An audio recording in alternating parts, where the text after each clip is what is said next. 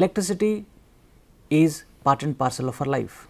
Also, electricity to our lifestyle is like oxygen to our life. Without electricity, there is no life. Let's have a quick recap on what we have done in the previous class. We have discussed electric current is defined as amount of electric charge passing through a cross section in 1 second. The formula for electric current is the amount of charge flown by time. So, I is equal to Q by T, where Q is the charge and T is the time. SI unit of current is coulomb per second, which is equal to ampere. We have seen that just like objects roll down if there is difference in heights, electric charges move if there is potential difference. A battery maintains constant potential difference across the wire. The work done by the chemical force to move 1 coulomb charge from positive terminal to negative terminal is given by W by Q, which is called the potential difference or EMF of the battery. We discussed Ohm's law. Ohm's law says the current in a conductor is directly proportional to the potential difference applied across the conductor at constant temperature. Current I is equal to V by R, where R is resistance of the conductor. Let us discuss Ohm's law a little more in detail. Ohm's law, which says the current in a conductor is directly proportional to the potential difference applied across the conductor at constant temperature. Here the resistance is constant for the conductor and hence it is constant at temperature. Hence, the Ohm's law is valid only at constant temperature. Electrical resistance of a conductor is the measure of opposition to the flow of electric current through it. In simple words, resistance of a conductor is the property by virtue of which the conductor opposes the flow of electric current through it. The SI unit is ohm and the symbol is omega.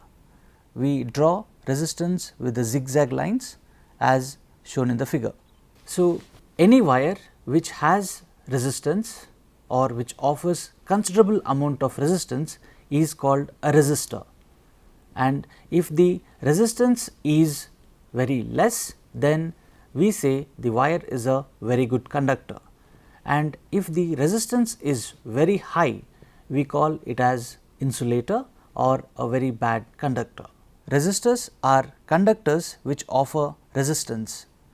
If the conductors have very less resistance, we say they are very good conductors. If the conductors have very high resistance, we call them as bad conductors or insulators. All the conductors which obey Ohm's law are said to be ohmic conductors. So, all the wires are ohmic conductors. Also, point to be noted that Ohm's law is valid at constant temperature only. If the temperature changes, then Ohm's law will not be held good. So, there are some devices or wires where the current is not always proportional to the voltage. Such wires or conductors are called non-ohmic conductors. So, non-ohmic conductors are those which do not obey Ohm's law.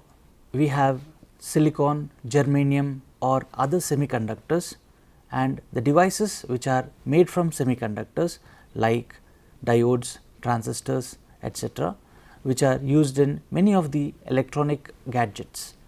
These conductors, they do not obey Ohm's law. Now, let us solve a numerical on Ohm's law. Find the resistance of a conductor if 0.1 ampere current flows when 10 volt is applied across the conductor. From Ohm's law, we have V is equal to IR or R is equal to V by I. So, the voltage which is 10 volts and the current is 0.1 ampere. So, resistance is equal to 10 volts by 0.1, which is equal to 100 ohm. So, the resistance of the conductor is 100 ohm. Let us do another numerical. Find the potential difference across a resistor of 1000 ohm if 0.06 ampere current flows through it. From Ohm's law, we have V is equal to IR. So, the potential difference is 0.06 times 1000, which gives us 60 volt. The potential difference across the resistor is 60 volt. Children, now from Ohm's law we find that V is equal to IR and current is equal to V by R. That means, for a constant potential difference which is applied, if the resistance is more, then the current is less. If the resistance is less, then the current will be more. Here we can look at triangle in which we can write V, I and R as shown in the figure. If you want V, close V, you get IR. If you want I, close I, you get I is equal to V by R. If you want R, close R and you get R is equal to V by I. So, this is a triangle and a technique which you can remember this formula. We have seen that current is directly proportional to potential difference, and if the potential difference is constant, the current depends on resistance. So, if you are changing resistance in a conductor, or if you are changing resistance of a particular device, then you can change current in the device. So, to increase the speed of a fan, you can increase current by reducing the resistance.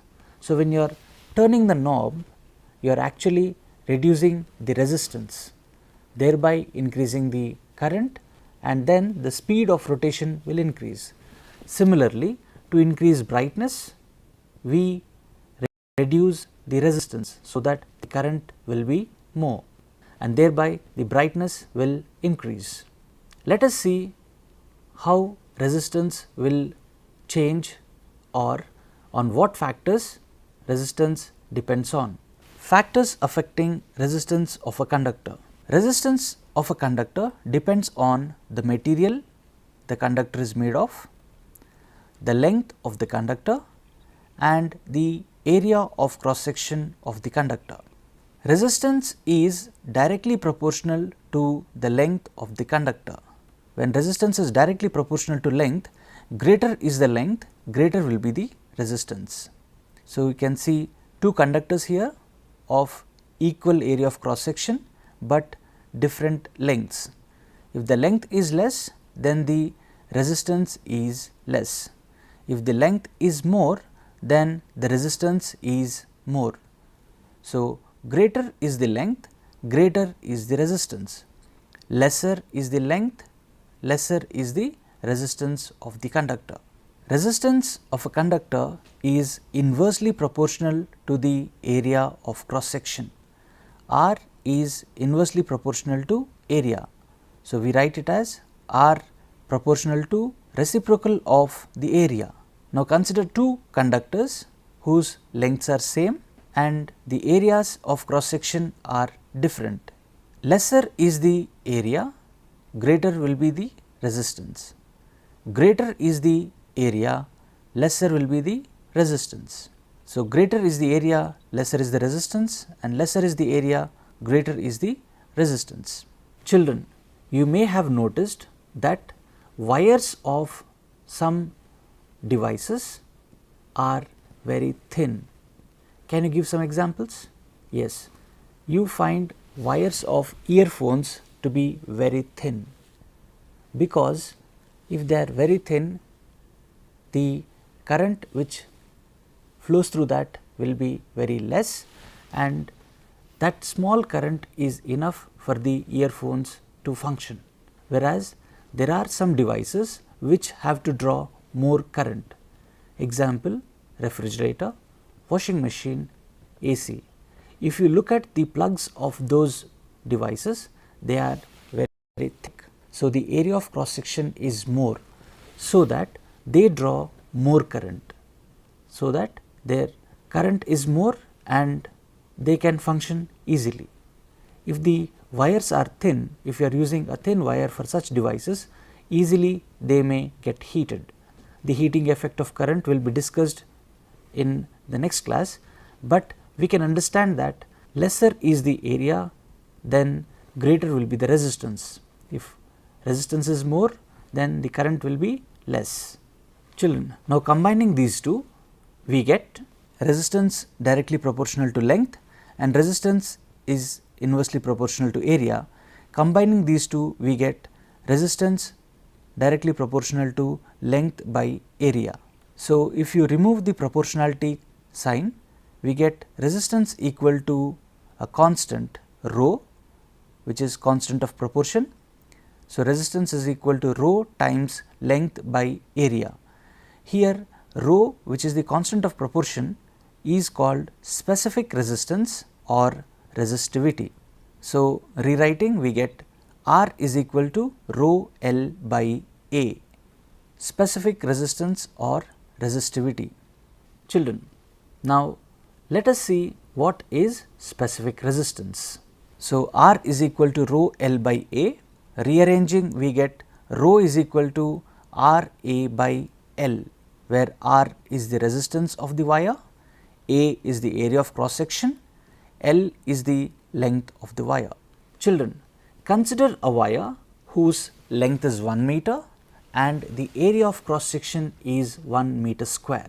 So, here is a conductor whose length is 1 meter, area of cross section is 1 meter square. Substituting the values A is equal to 1 and L is equal to 1 in the formula, we get resistivity is equal to resistance of the wire. So, specific resistance is the resistance of that wire whose length is 1 meter and area of cross section is 1 meter square. So, the resistance of such a wire is called specific resistance. Specific resistance is constant for a material. Specific resistance for different materials are different, but resistance are constant for particular wire.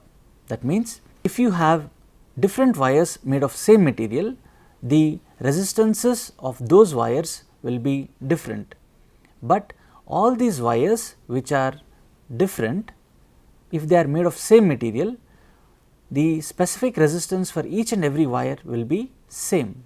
So, specific resistance or resistivity of a material is defined as the resistance of a conductor of that material whose length is 1 meter and area of cross section 1 meter square.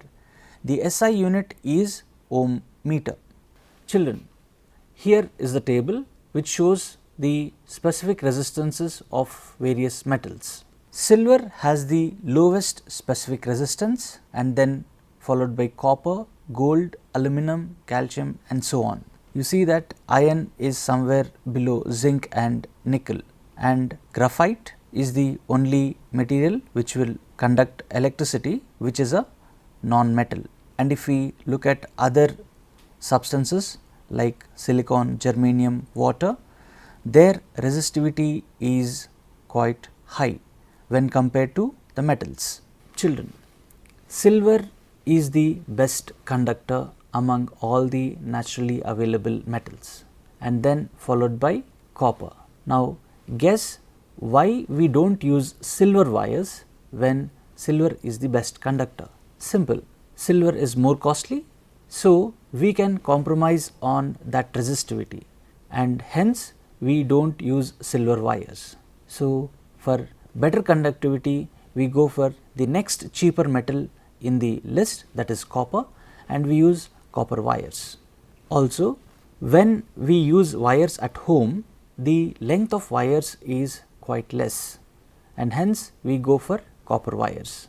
Suppose if you want wires over a long distance, for example, transmission lines which carry power from one power station to a city, or even at farmland where there is a borewell at a particular place and then the transformer at another place, what happens is the length of the wire will be quite high. So, for more length we use less cheaper wire, that is aluminum. So, whenever the length is more, the amount of material required will be more and hence the cost will be more. So, to reduce the cost we go for aluminum wires. So, if you look at the table, silver is the best conductor, and wherever very high conductivity is required, only in those places silver is used, like mobile phones, specific electrodes in various devices, and whereas coming to copper, copper is used in wires for electrical wiring at homes and industries, and gold being very costly we do not use it. Aluminum being the fourth best conductor, we use it only for long distance transmission of electrical power. Children, here you see there are some alloys which are alloys of various metals. They have quite high resistivity. So, wherever we require high resistivity, we use alloys of various materials.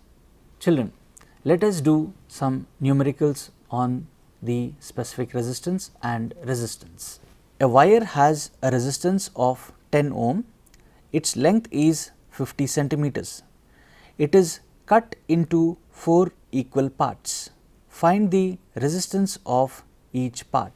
Resistance is directly proportional to length, and hence each part, which is 12.5 centimeters, will have resistance equal to 2.5 ohms. Children, now imagine if we have more than one device or more than one resistor, how do we connect them? So, if we have more than one devices, how do we connect them? We can either connect them in series or we can connect them in parallel. So, let us see what happens when they are connected in series or when they are connected in parallel. So, let us first study what happens when resistors are connected in series. So, here are 3 resistors R1, R2 and R3 which are connected in series. Here from the ends of R1 to end of R3, we see that the total voltage will be equal to the voltage across R1, voltage across R2 and voltage across R3. We can use the term voltage for potential difference. So, the potential difference across the combination is equal to the sum of potential differences across each resistor. So, let the resistance of the combination equal to Re. So, that is the effective resistance. Now, the potential difference across R1 is given by V1, potential difference across R2 is given by V2 and potential difference across R3 is given by V3. Applying Ohm's law, the current in each and every resistor will be same because all of them are connected in series. So, whatever current flows through R1 will flow through R2, also it will flow through R3, and then applying Ohm's law we get V1 is equal to I R1, V2 is equal to I R2, V3 is equal to I R3, because the total potential difference will be equal to V1 plus V2 plus V3. So, we can write as V is equal to I R1 plus I R2 plus I R3 and V is equal to I R equivalent. So, substituting I R equivalent is equal to I R1 plus I R2 plus I R3. Current being same, we can write R equivalent is equal to R1 plus R2 plus R3. So, the resistance when connected in series, the resistance will be equal to sum of individual resistances. So, R equivalent is equal to sum of all the resistances which are connected in series. Children, so we can understand that if resistors are connected in series, the resistors of each and every resistance, that is the resistance of all the resistors is getting summed up. That means, the resistance will be greater than the greatest resistance in the combination. So, the overall resistance will be greater than the greatest resistance in the combination. Let us study the parallel combination of resistors. Here are 3 resistors which are connected in parallel, and we can see that the current which enters the combination will get separated into 3, that is I1, I2 and I3. I1 passes through R1, I2 passes through R2, I3 passes through R3.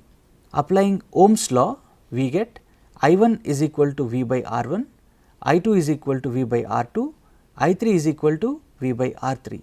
Here the potential difference across each and every resistance is same. So, assuming that the resistance of the combination is Re, we can say V is equal to I Re or I is equal to V by Re. Substituting the values, we get V by Req is equal to V by R1 plus V by R2 plus V by R3.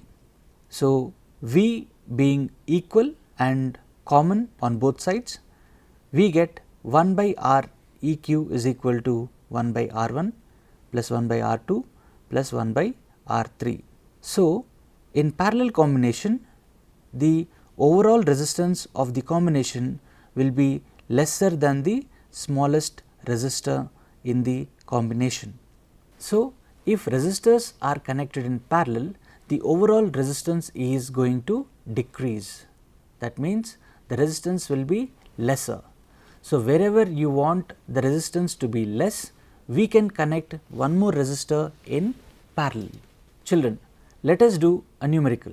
3 resistors 10 ohm, 20 ohm and 30 ohm are connected in series and parallel. Find the resistance in each circuit. So, the resultant resistance has to be found out. So, case 1, when the 3 resistors are connected in series, the resultant will be equal to R1 plus R2 plus R3. So, the resultant resistance is equal to 10 plus 20 plus 30, which is equal to 60 ohm.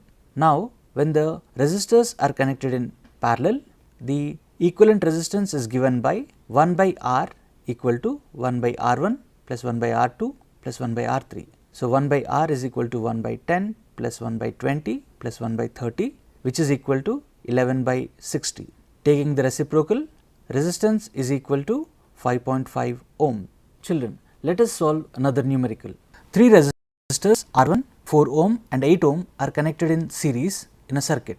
If the resultant resistance in the circuit is 20 ohm, find the value of R1. So, resultant resistance in the series connection is given by R is equal to R1 plus R2 plus R3. So, substituting, we get 20 equal to R1 plus 4 plus 8.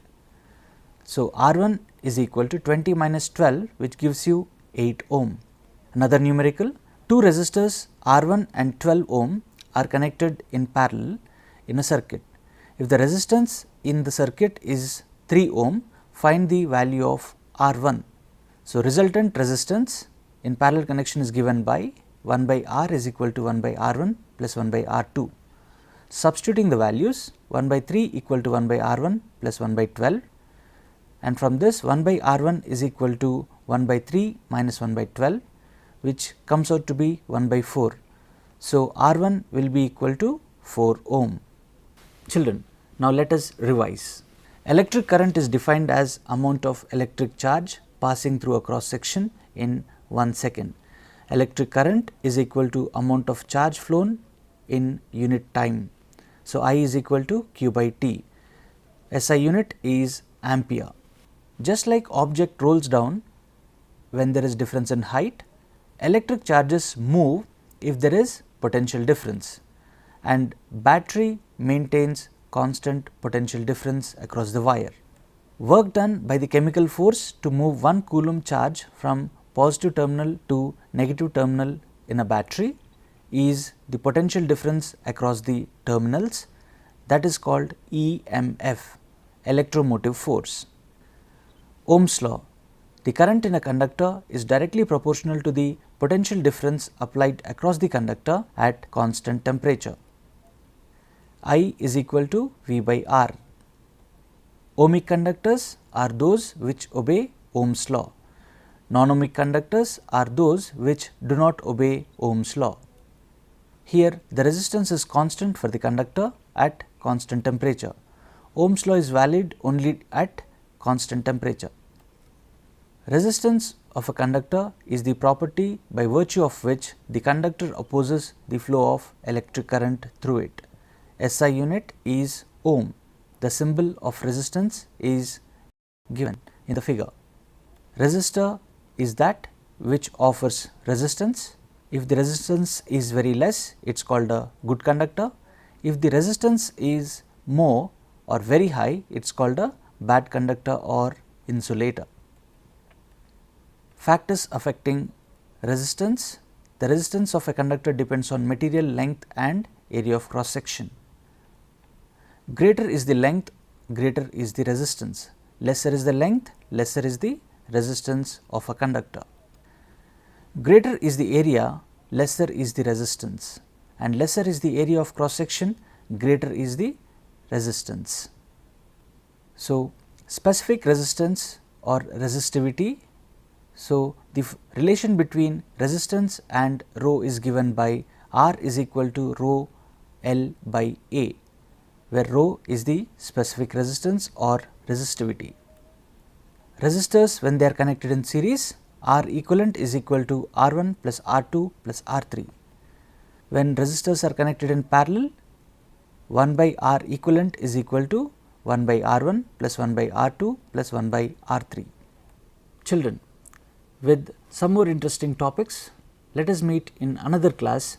Till then, keep observing different things around you and try to predict what happens and how they happen, because physics is not only in books, it is around us.